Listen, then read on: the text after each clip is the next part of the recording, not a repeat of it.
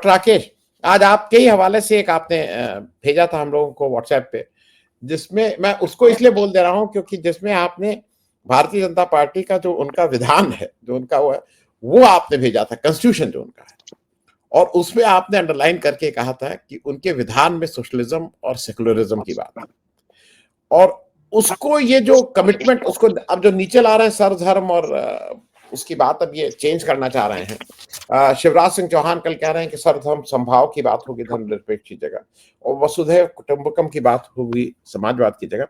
मैं दो आपसे एक छोटी टिप्पणी इस पे भी चाहता हूं, लेकिन मूल प्रश्न पे आने से पहले इस पे एक छोटी टिप्पणी, ये कैसी पार्टी है जो अपने संविधान में लिखती है सेकुलरिज्म और सोशलिज्म, और सार्वजनिक रूप से चाहती है और कहती है, और उसके बाद होसबले की टंग स्लिप ऑफ टंग नहीं है, उसको शिवराज सिंह चौहान ने, जितेंद्र सिंह ने, सबको उस बात को आगे बढ़ाया है कि ये चेंज होना चाहिए। मैं एक छोटी टिप्पणी उस पर ले लूं, फिर मैं इस बात पे आता हूं। डॉक्टर राकेश पाठक जी, धन्यवाद आनंद जी। लेकिन मजेदार बात यह है कि ये जो मैंने अंडरलाइन किए हैं, ये मैंने आपको व्हाट्सएप पर नहीं भेजा था, लेकिन मुझे लग रहा है पूरे देश में मेरे ही अंडरलाइन किया हुआ घूम रहा है।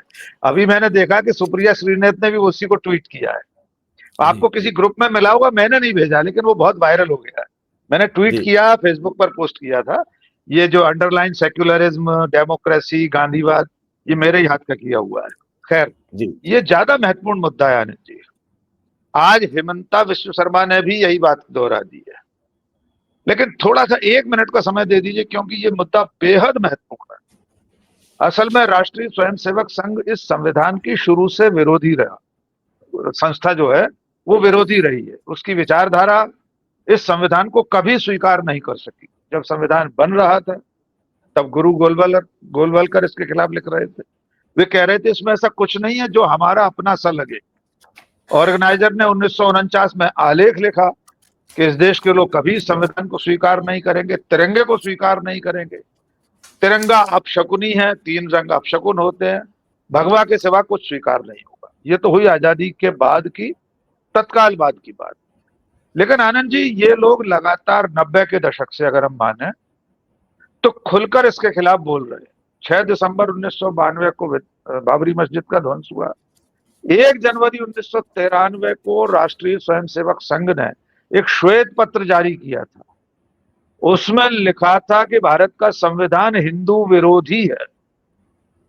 वो सिलसिला आगे चलता रहा। प्रोफेसर मुरली मनोहर जोशी राष्ट्रीय अध्यक्ष थे। 1993 में उन्होंने आंध्र प्रदेश की एक आम सभा में कहा कि संविधान पर दोबारा विचार करने की जरूरत है। उसके बाद एक एनजीओ ने सुप्रीम कोर्ट में केस लगाया इन दोनों शब्दों को हटाने के लिए, समाजवाद और धर्मनिरपेक्षता को। सुप्रीम कोर्ट ने खारिज कर दिया।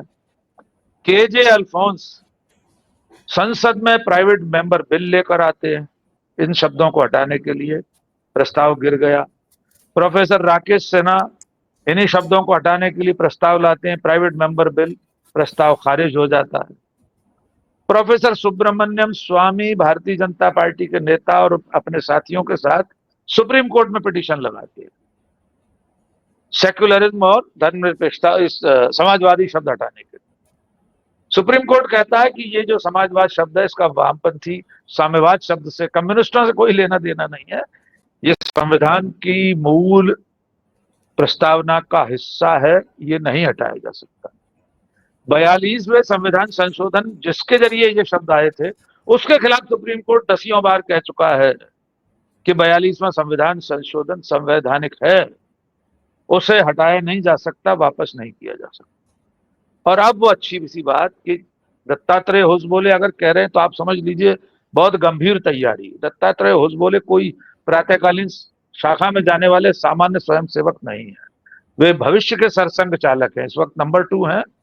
आने वाले समय में विवेक जी तस्दीक करेंगे कि होसबले, एक्चुअली होसबोले नहीं है, वे दत्तात्रेय होसबले, वे सरसंघ चालक होने वाले हैं। जब वे ये बात कहते हैं, आप निश्चित मानिए कि संघ और भारतीय जनता पार्टी इसको लेकर कितनी गंभीर है। एक बात और जोड़ना रह गई, अटल बिहारी वाजपेयी के नेतृत्व में जब एनडीए की सरकार बनी तब उसने संविधान समीक्षा कमेटी बना दी। हुआ गया कुछ नहीं उससे, लेकिन आज भी ये कोशिशें जारी हैं, क्योंकि संघ के मूल विचार में मनुष्य की समानता का कोई विचार नहीं है। समाजवादी शब्द सबको बराबर आंकता है। संघ के मूल विचार में अपने हिंदू धर्म के अलावा किसी भी धर्म के लिए कोई स्थान नहीं है, इसलिए धर्मनिरपेक्षता शब्द भी उन्हें काटने को दौड़ता है। उनकी कोशिश ही है कि किसी तरह से संविधान को पूरा बदल दिया जाए और अंतिम 2024 के लोकसभा चुनाव में अयोध्या के लल्लू सिंह, राजस्थान की ज्योति मिर्धा, कर्नाटक के अनंत कुमार हेगड़े, इतने बड़े बड़े नेता 400 सीटें मांग रहे थे ताकि नरेंद्र मोदी संविधान बदल सकें, स्पष्ट शब्द से। तो इन कोशिशों की तरफ अब जनता को ध्यान देना है। अब आते हैं आपके आज के मूल विषय पर कि क्या नरेंद्र मोदी को 75 साल आयु सीमा पार करने पर रिटायर करने की कोई तैयारी है? मुझे नहीं लगता कि बहुत आसानी से ऐसा संघ कर पाएगा। नरेंद्र मोदी दुबले जरूर हो गए, पर वे इतने नहीं लट गए हैं, हमारे चंबल की भाषा में बहुत लट नहीं गए, वे बहुत दुबले नहीं हो गए हैं कि संघ आज चाहे तो 25 जो भी 17 सितंबर को वे 75 साल के होंगे उन्हें रिटायर कर दे। हाँ, अब उनकी राह में रोड़े अटकाने की कोशिशें चल रही। जैसे अब इसका जो अंतर्निहित दूसरा विषय है, पार्टी के राष्ट्रीय अध्यक्ष का चुनाव। अभी के राय साहब बड़ी मजेदार बात कह रहे थे कि बीजेपी में कभी आंतरिक लोकतंत्र नहीं रहा। बिल्कुल सही बात है। सबसे मजेदार बात यह है कि भारतीय जनता पार्टी, जिसमें न राष्ट्रीय अध्यक्ष का चुनाव होता है न प्रदेश अध्यक्ष का चुनाव होता है, वो कांग्रेस के आंतरिक लोकतंत्र पर सवाल करती है, जिसमें निरंतर राष्ट्रीय अध्यक्ष के चुनाव होते हैं। सोनिया गांधी खिलाफ चुनाव लड़ा जा सकता है, मल्लिकार्जुन खड़गे के खिलाफ चुनाव लड़ा गया है। तो इसके बीजेपी के आंतरिक लोकतंत्र के दावे पर ₹1.25 और नारियल न्यौछावर। लेकिन अब नरेंद्र मोदी अपनी चाह का राष्ट्रीय अध्यक्ष नहीं बना पा रहे हैं। इसके पीछे संघ के साथ उनकी खींचतान कहीं ना कहीं एक बड़ा कारण है। यद्यपि बहुत सारे विद्वान ये मानते हैं कि बीजेपी और आरएसएस की जो लड़ाई है वो नूरा कुश्ती है, मोहन भागवत और नरेंद्र मोदी के बीच जो मतभेद हैं वो सिर्फ दिखावे के हैं। मैं व्यक्तिगत रूप से कभी ऐसा नहीं मानता। मैं हमेशा कहता हूं कि अब उनके मतभेद मनभेद तक की दशा में पहुंच चुके हैं। राष्ट्रीय स्वयंसेवक संघ अब नरेंद्र मोदी को और ज्यादा बढ़ते हुए नहीं देखना चाहता, लेकिन वो अभी विवश है। उसके हाथ में सीधे अभी कुछ नहीं है, इसलिए पहली लड़ाई राष्ट्रीय अध्यक्ष पद पर अपनी मर्जी का, अपनी कोई कठपुतली बिठाने की कोशिश है।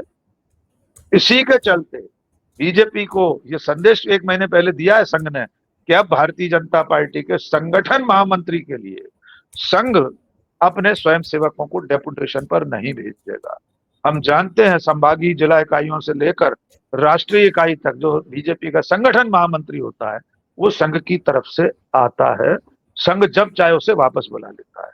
अब अगर संघ अपने स्वयंसेवकों को राष्ट्रीय महामंत्री के दायित्व के लिए भेज नहीं रहा प्रतिनियुक्ति पर, तो ये बड़ा संदेश है। जी हाँ।